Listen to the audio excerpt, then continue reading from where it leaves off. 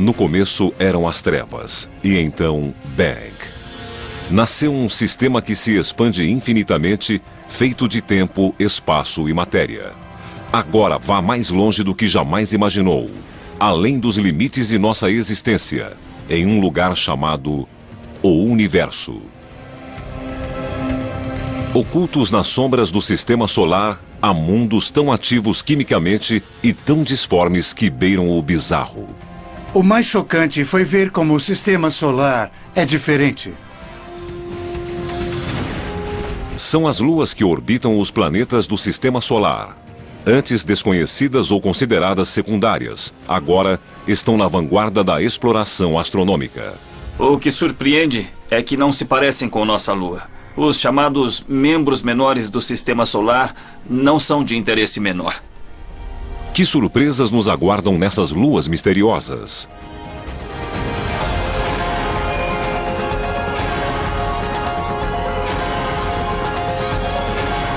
O Universo. Luas misteriosas.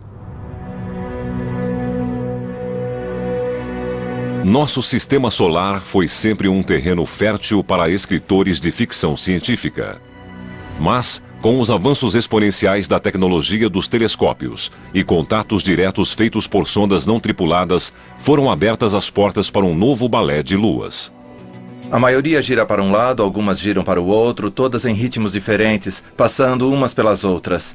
As internas ultrapassando as externas. Durante quase meio século, acreditou-se que o sistema solar abrigava apenas 32 luas. Suas dimensões variavam da lua de Júpiter, Ganimedes, maior que o planeta Mercúrio, a pequenas luas em formato de asteroide, como as luas de Marte, Phobos e Deimos. Esse número explodiu. Somente em 2007, cientistas anunciaram a descoberta de 20 novas luas em Júpiter, uma em Saturno e 3 em Netuno.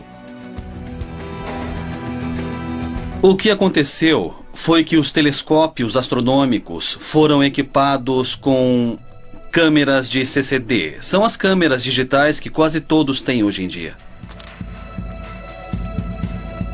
Para os astrônomos, é difícil precisar o número de luas no sistema solar.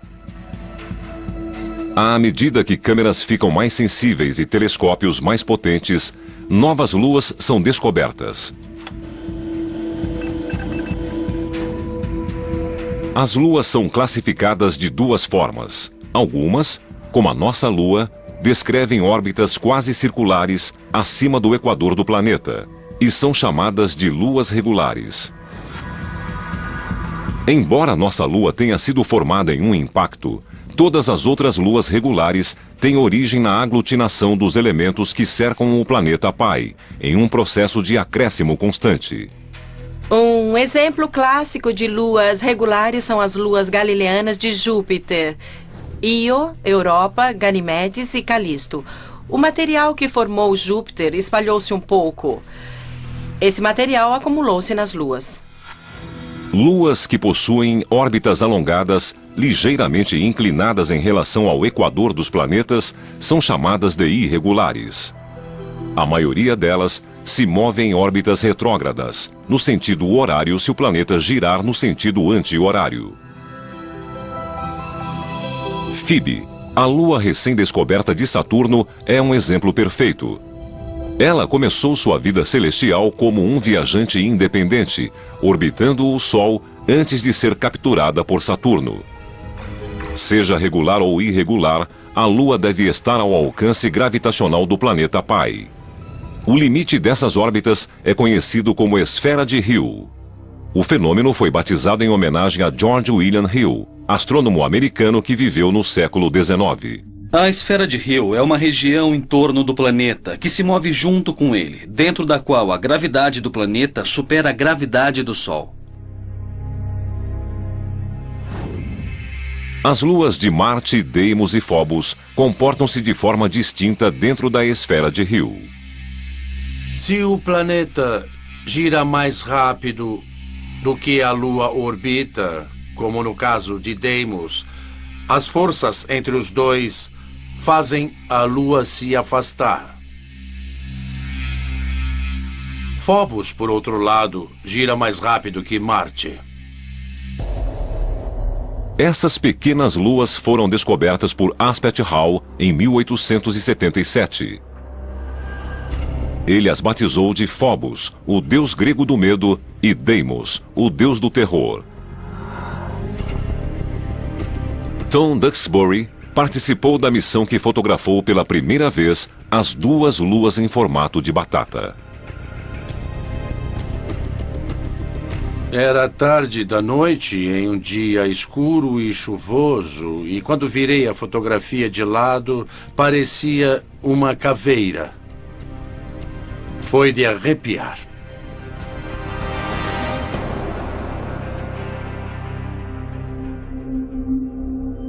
Phobos está numa espiral da morte. Ela orbita a apenas 6.000 quilômetros da superfície de Marte. Nenhuma outra lua está tão perto de um planeta no sistema solar. Se nossa lua estivesse a essa distância da Terra, ela pareceria 20 vezes maior. Sua órbita duraria horas. Não dias como é agora, mas horas. E a lua cheia tomaria o céu.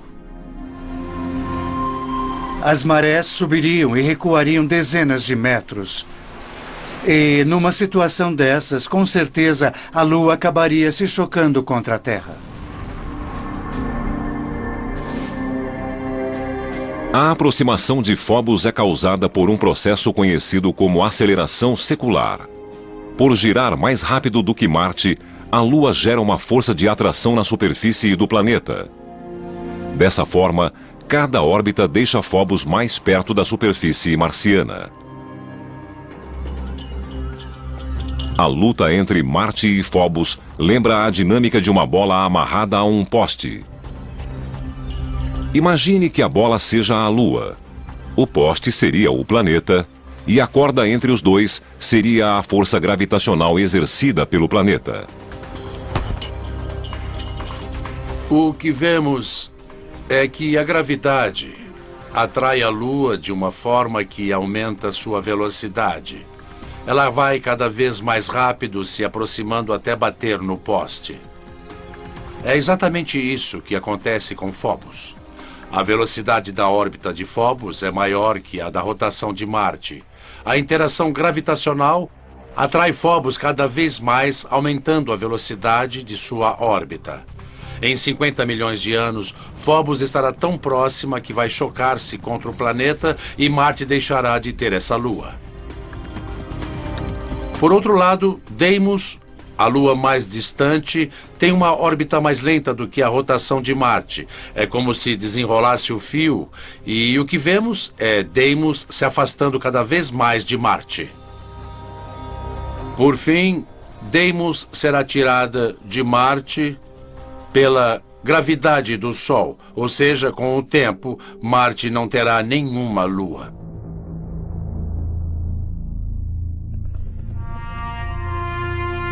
Como supera a rotação de Marte, Phobos parece nascer no oeste e se pôr no leste. Em vez de o planeta girar rapidamente sob ela, como no caso de nossa Lua e da maioria das outras, e de nascer no leste e se pôr no oeste, ela é mais rápida do que a rotação do planeta. Por isso ela nasce no oeste, passa à frente e se põe no leste.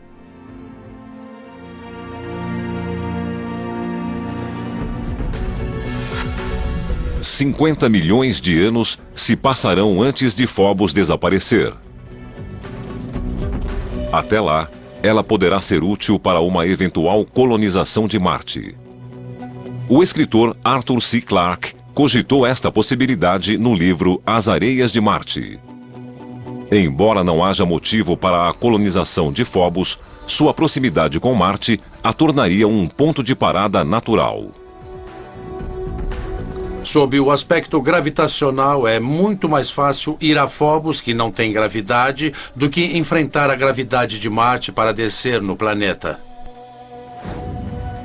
De Galileu a Stanley Kubrick, os planetas gigantes do sistema solar exterior incitam a imaginação com sua enormidade. Mas qualquer tipo de exploração seria suicídio. A enorme pressão da atmosfera de Júpiter torna impossível a sobrevivência. No entanto, as luas desses planetas oferecem uma plataforma mais promissora para a exploração e futura colonização. Essas prisioneiras da gravidade de Júpiter seriam mundos hostis ao desenvolvimento da vida orgânica? Ou poderiam fornecer um abrigo seguro para futuras gerações de exploradores planetários?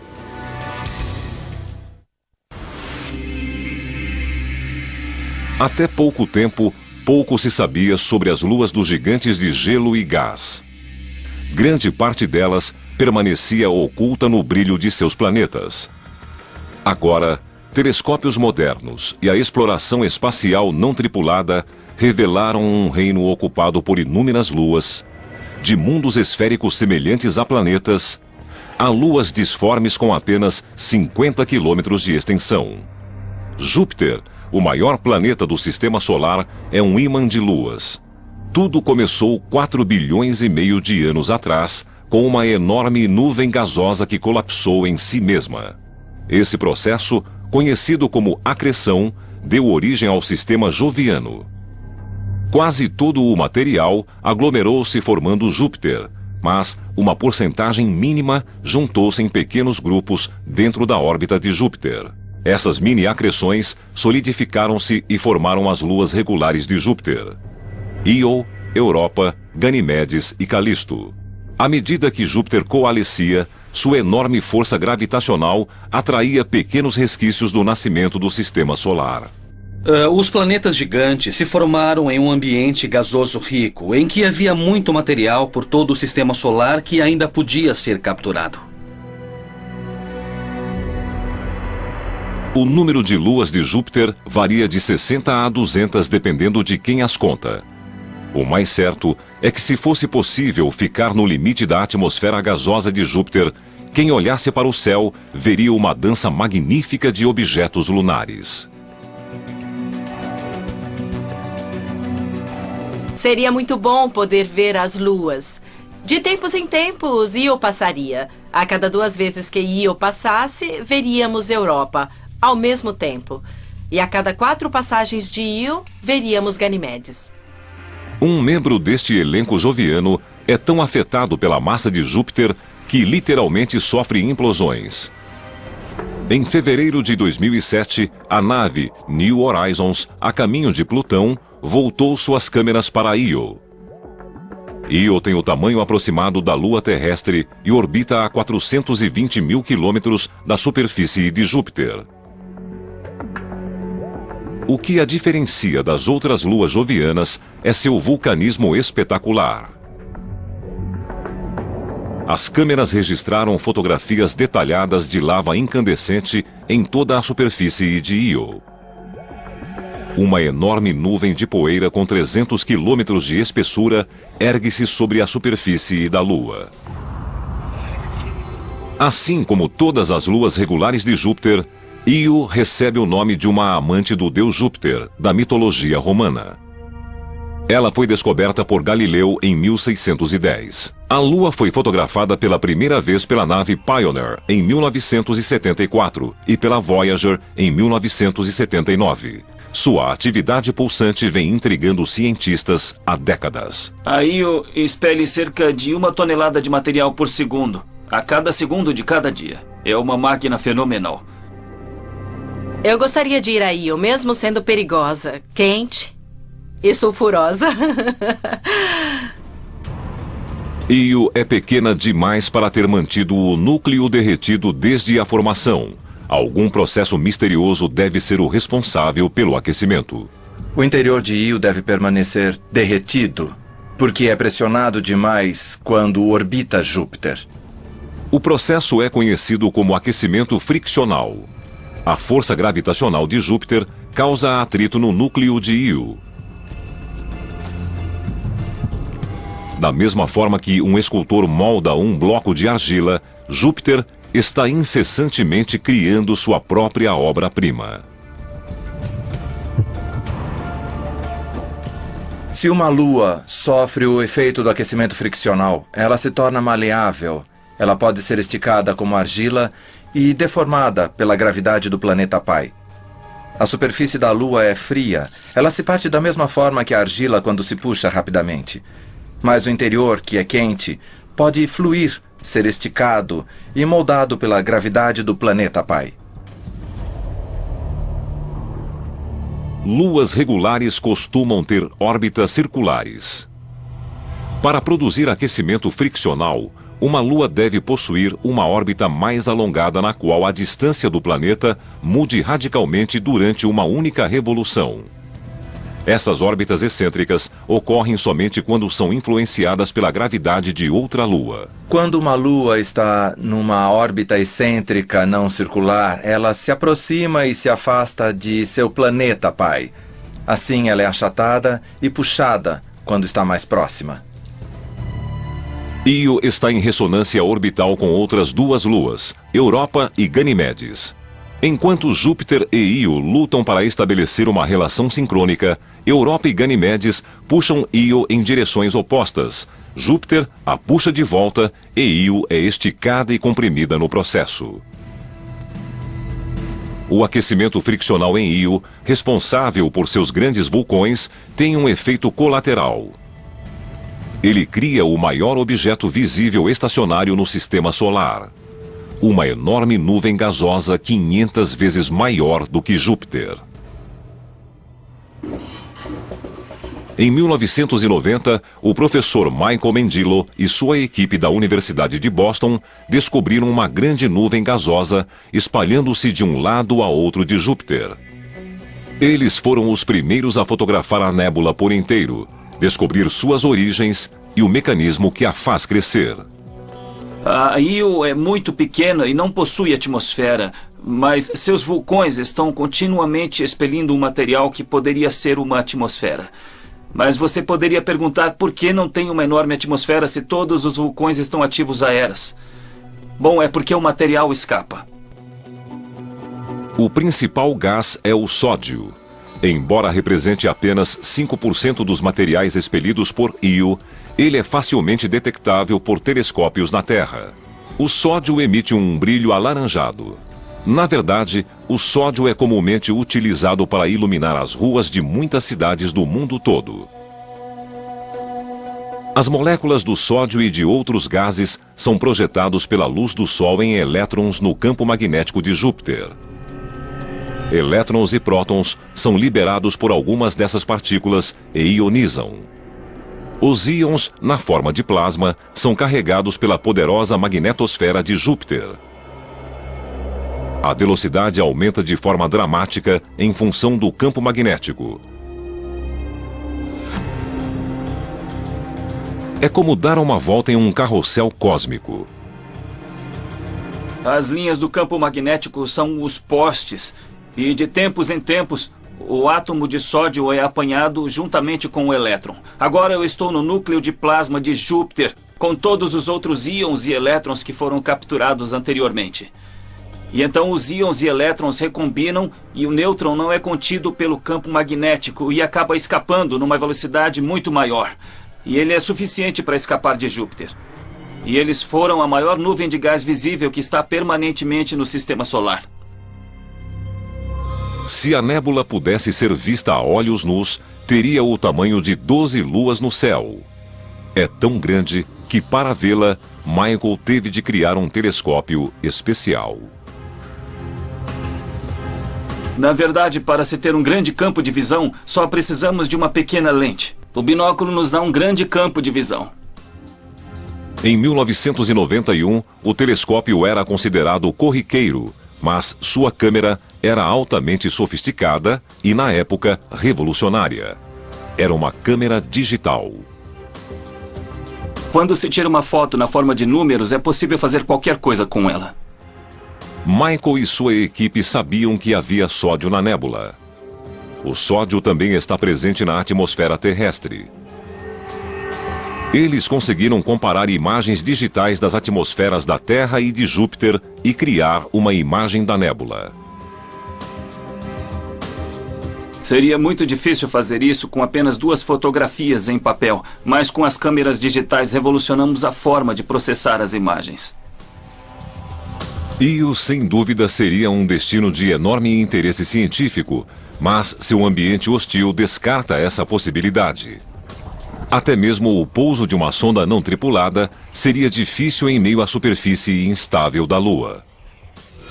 Mas há outra Lua em torno de Júpiter que pode não somente permitir a exploração humana, mas, possivelmente, sustentar suas próprias formas de vida. Europa é um dos objetos mais fascinantes e enigmáticos do nosso sistema solar. Totalmente diferente de qualquer outro lugar e diferente de qualquer coisa na Terra. A superfície apresenta fissuras, possui terrenos modelados, terrenos caóticos e parece que tem icebergs em algumas áreas. Sabemos que Europa é uma lua extraterrestre. Mas será que abrigaria formas de vida extraterrestres? O universo, luas misteriosas. Europa orbita a 640 mil quilômetros da superfície de Júpiter, cerca de o dobro da distância de Io. Assim como a prima, ela também é moldada por ondas gravitacionais. Júpiter tem a maior influência. Sua massa, como um amante persistente, puxa a Lua relutante em sua direção. Europa resiste com a própria gravidade, e eles formam uma espécie de simbiose, centenas de milhares de quilômetros acima do gigante gasoso. Mas não é apenas Júpiter que puxa a Europa. A pequena Io e a outra prima, Ganimedes, puxam a Europa de diferentes direções. É a mesma ressonância orbital que exerce um efeito dramático em Io. No entanto, os resultados são bem diferentes em Europa. Sua superfície é fria, 320 graus Celsius negativos em alguns lugares. Mas há um aquecimento. E o que existe na superfície de Europa também é o que a torna tão interessante: água. Essa água no estado líquido sobe de um oceano subterrâneo e espalha-se sobre a superfície da Lua, criando um pavimento semelhante aos dos rinques de gelo. O oceano de Europa é raso e fica apenas a 15 ou 20 quilômetros abaixo da superfície. A água foi o berço da vida na Terra. Poderia ocorrer o mesmo em Europa ou em outras luas? Oceanos congelados em satélites talvez sejam os habitats mais comuns do universo. Terra é relativamente rara, mas satélites congelados são abundantes. Em fevereiro de 2007, a nave New Horizons, a caminho de Plutão, conseguiu passar perto de Europa e enviar imagens impressionantes. Enormes padrões geológicos, que foram chamados de círculos ingleses, podem ser vistos quando o Sol está nascendo ou se pondo atrás de Europa.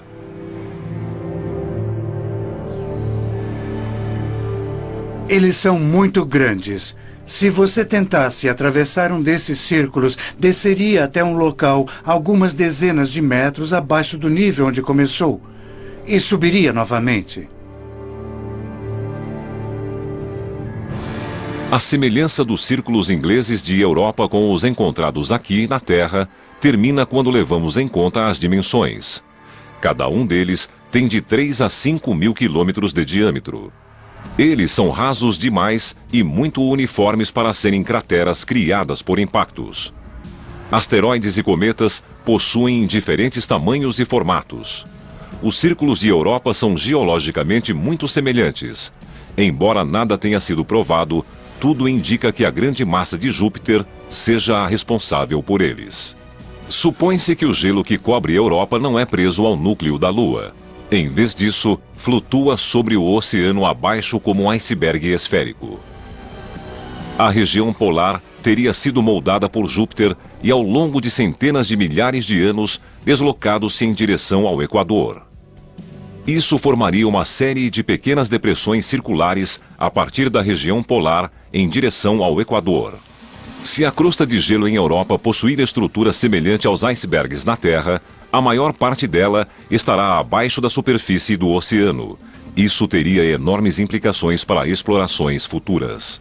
Significa que abaixo dela deve haver uma quantidade de gelo 8 ou 9 vezes superior para que esse tipo de topografia exista.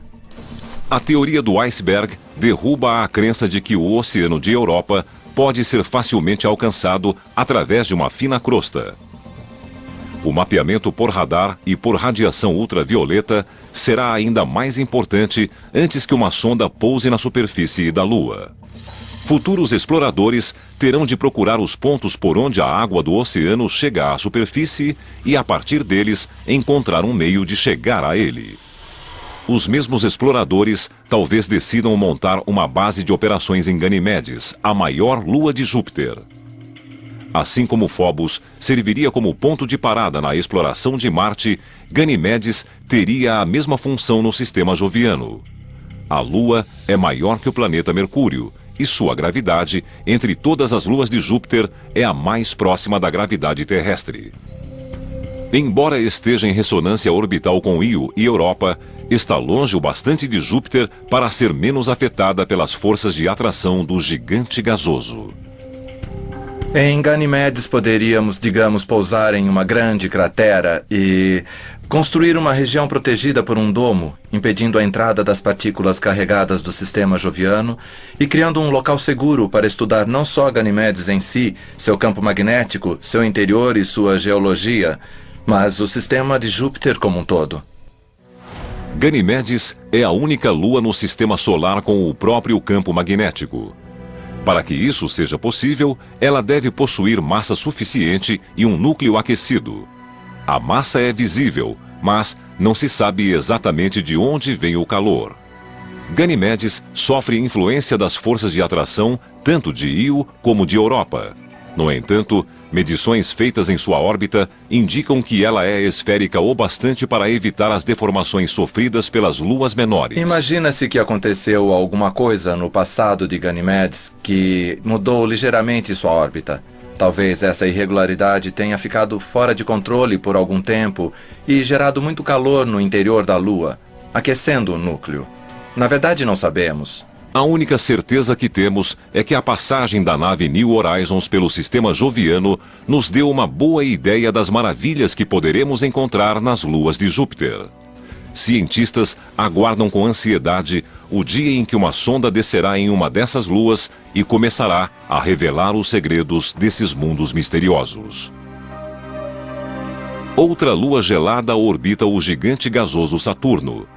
Ela é pequena demais para manter a própria atmosfera, mas isso não a impede de se aproveitar da atmosfera de seu planeta pai. Encélado, embora muito pequena, tem o nome de uma tribo de gigantes da mitologia grega. Assim como Io e Europa, Encélado tem uma órbita excêntrica em torno de seu planeta pai, Saturno. As forças de atração de Saturno esticam e puxam a pequena lua, gerando calor em seu interior. Mas, diferente de Io, o material fundido não é expelido para uma nuvem gasosa. A água também não aflora do mesmo modo que em Europa. Na verdade, Encélado lança água em jatos na atmosfera de Saturno. Nós chamamos de vulcão. É mais como um geyser. O vapor de água fica, então, orbitando a pequena lua ou, devido à proximidade com Saturno, é atraída ao planeta pela gravidade.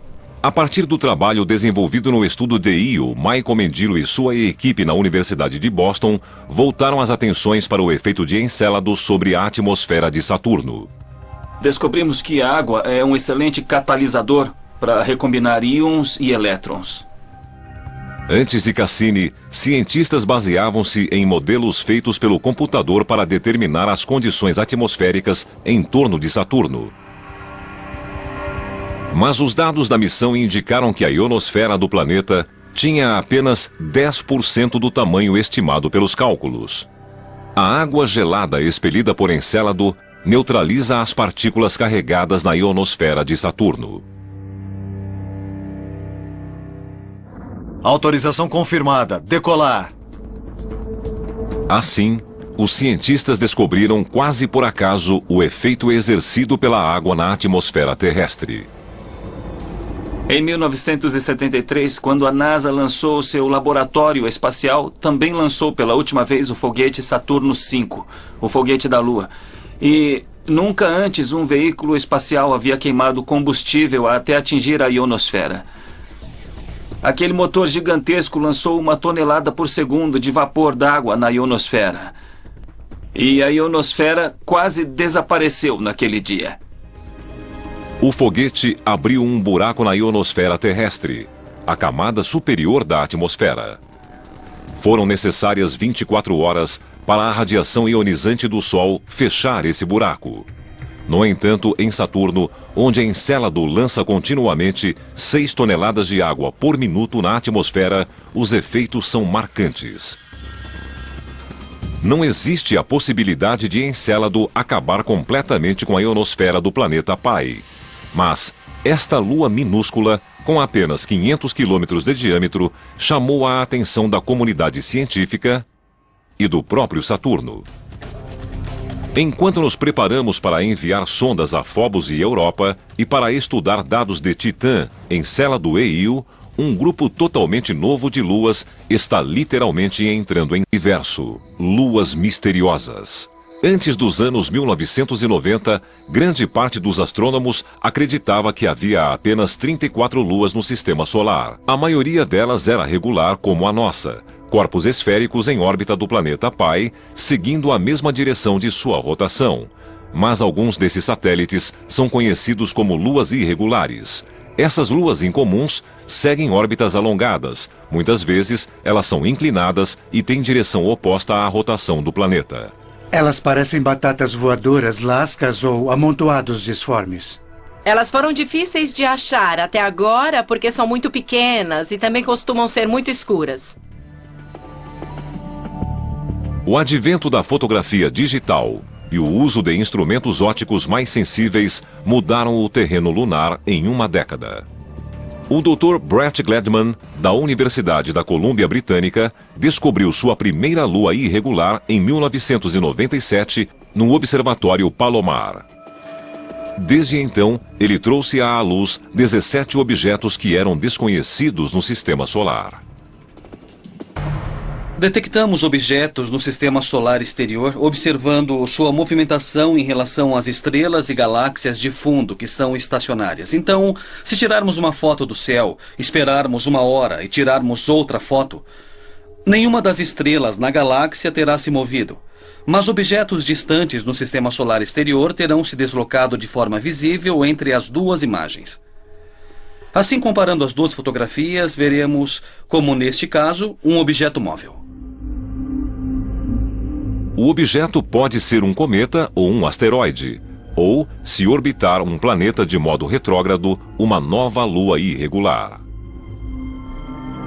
Outra diferença importante entre as luas regulares e irregulares é que as irregulares são capturadas.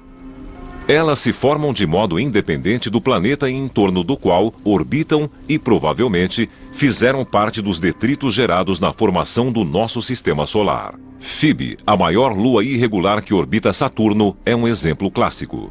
Phoebe orbita bem longe de Saturno. Tem órbita elíptica e muito inclinada. Tem direção retrógrada. Imagens da Voyager indicam que ela parecia ter sido um asteroide. E todos imaginavam que era um asteroide que havia sido capturado.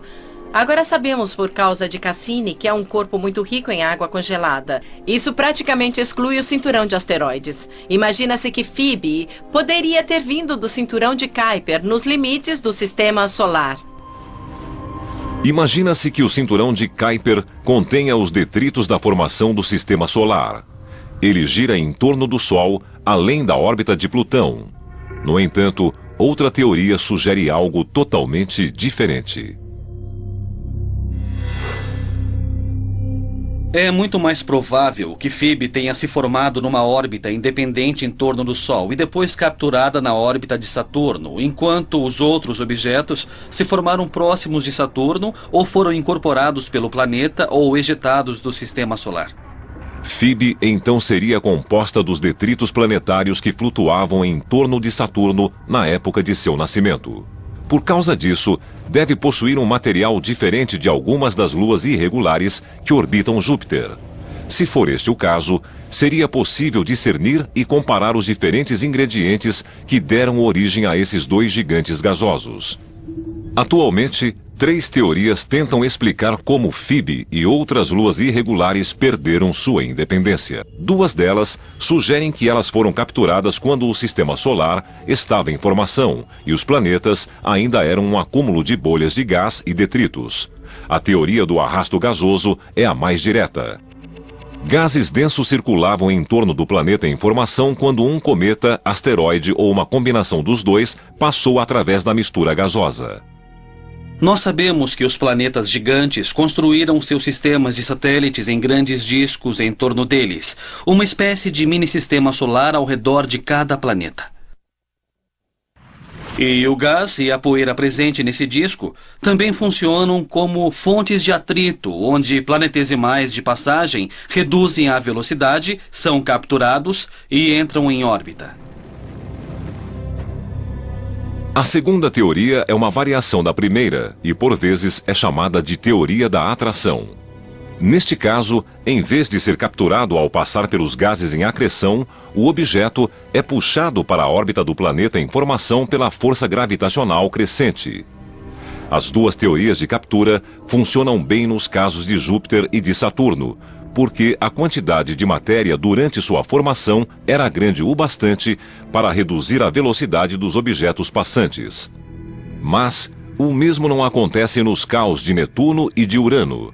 Devido ao frio extremo, os 2 planetas formaram-se muito mais lentamente, e é difícil acreditar que os materiais aglutinados possuíam massa suficiente para deter um objeto em movimento no sistema solar. No entanto, os 2 planetas possuem luas irregulares. Assim surgiu uma terceira teoria, a da interação de 3 corpos. Descobrimos que muitos objetos são, na verdade, mais que um objeto. Costumam ser 2 objetos, normalmente. Isso ocorre porque eles têm mais ou menos o mesmo tamanho e têm uma relação binária. Em vez de ser um objeto grande com um objeto pequeno em torno dele, assim, deste jeito, são 2 objetos do mesmo tamanho girando numa órbita comum aos 2, em torno de um baricentro. Um par binário existe quando 2 objetos do mesmo tamanho estão próximos o bastante do baricentro para evitar que um terceiro objeto de dimensões maiores o separe. Mas, quando um dos elementos do par binário é consideravelmente maior que o outro, um terceiro elemento de maior porte tem uma chance maior de separá-los. O menor tenderá a descrever uma órbita muito maior que o manterá mais distante. Isso faz com que o objeto menor se aproxime o bastante do planeta para ser capturado, enquanto o parceiro é lançado em uma órbita independente. Uma lua, no entanto, parece desafiar a classificação. Tritão descreve uma órbita retrógrada em torno de Netuno, no sentido oposto à rotação do planeta. Isso a tornaria uma lua irregular. No entanto, ela é esférica e orbita próxima ao Equador em uma circunferência quase perfeita. Essa é a descrição clássica de uma lua regular. Ela também emite misteriosos jatos gelados, indicando que já tinha sido ou possivelmente ainda seja vulcanicamente ativa. O universo, luas misteriosas. Antes que Voyager 2 fosse ao sistema solar exterior, Tritão era considerada uma bola rochosa sem vida de tamanho aproximado ao de nossa Lua. Quando a nave enviou fotografias revelando um mundo com montanhas, falhas geológicas e fissuras indicativas de movimento tectônico, além de uma atmosfera densa, todos ficaram impressionados. Forças geológicas, comumente associadas a planetas muito mais quentes e maiores, podem estar ocorrendo em uma lua congelada ligeiramente maior do que a nossa. A Voyager não detectou vulcões ativos em 1989. No entanto, assim como em Encélado, periodicamente surgem geysers na superfície do satélite. A maior surpresa não é a ocorrência dos processos geológicos em si, mas o fato de acontecerem em uma lua irregular como Tritão. A maioria das grandes luas no sistema solar são satélites regulares, com exceção de Tritão, a maior lua de Netuno, que orbita no sentido errado. Por isso, imagina-se que Tritão seja um objeto capturado. Uma lua capturada que age como uma lua regular. Como um objeto do tamanho de Tritão reduziu tanto a velocidade a ponto de não passar pela atmosfera de Netuno ou de colidir diretamente contra o planeta.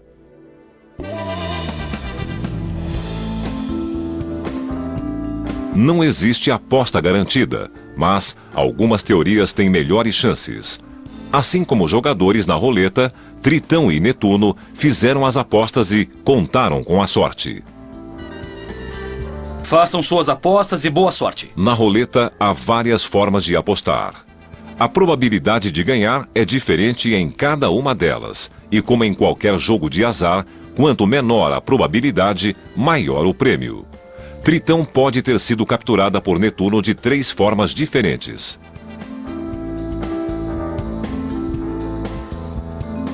As 3 hipóteses são fisicamente possíveis, mas a primeira ideia de um arrasto gasoso é a menos provável, simplesmente porque o intervalo de tempo em que Netuno teve um disco de gás e poeira que poderia ter capturado a prototritão foi muito pequeno.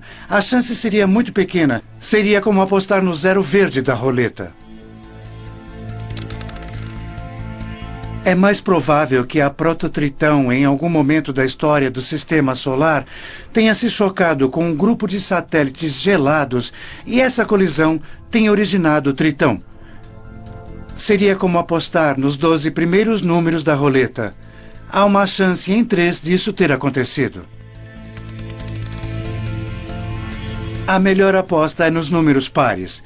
Nesse caso, haveria uma chance em 2 de as coisas acontecerem, e a melhor aposta atualmente é a hipótese da captura binária, porque sabemos que havia provavelmente milhares de objetos no cinturão de Kuiper que teriam o tamanho certo ligados a um objeto ainda maior, e Netuno poderia ter capturado um deles. Ninguém sabe qual foi o número vencedor nos primeiros dias do Sistema Solar, quando Netuno capturou Tritão. No entanto, assim que começou a orbitar o planeta de forma irregular, Tritão começou a destruir tudo em seu caminho. Netuno não tem um sistema de satélites muito regular. Imagina-se que a captura de Tritão atrapalhou o que teria sido um sistema regular, como o de outros planetas. É como se Tritão tivesse ficado irritada com a perda da liberdade e descontado nas outras luas de Netuno. Mas de onde veio essa lua teimosa? Dados da Voyager 2 indicam que a densidade de Tritão é praticamente igual à de Plutão. Isso revela uma identidade que nenhuma outra lua comum possui. Suspeita-se que Plutão e Tritão sejam ambos objetos originários do cinturão de Kuiper. O sistema solar exterior era composto de objetos grandes indo em várias direções, e alguns deles formaram os planetas gigantes, outros foram lançados ainda mais longe, para onde estão até hoje, no cinturão de Kuiper. Colisões, acreções e capturas reduziram o que já foi uma grande estrada de materiais de construção planetária. No início da história do Sistema Solar, o cinturão Kuiper deve ter tido objetos muito maiores, acumulando uma massa equivalente a 50 terras. O cinturão atual tem massa menor que a de uma terra. O que resta no cinturão de Kuiper é tão antigo quanto o próprio Sistema Solar. O material que compõe os objetos binários, estilhaços de colisões e até mesmo algumas luas desconhecidas não mudou nos últimos 4 bilhões de anos. É incrível como as luas são diferentes no Sistema Solar exterior. Na primeira vez que eu fui a um instituto de astronomia nos anos 60, não havíamos visto nenhuma das luas. Eram pequenos pontos no telescópio. Por isso não fazíamos ideia da diferença. O mais chocante é conhecer a variedade existente no Sistema Solar. Isso surpreendeu muito a mim e a todos daquela época. Ao retornarmos para casa, voltando dos limites gélidos do Sistema Solar, impressionados com a vastidão do universo e a majestade dos planetas, vale a pena fazer uma pausa para admirar os pequenos mundos nas sombras. Essas luas distantes, antes consideradas secundárias, guardam mistérios que a curiosidade humana terá de desvendar.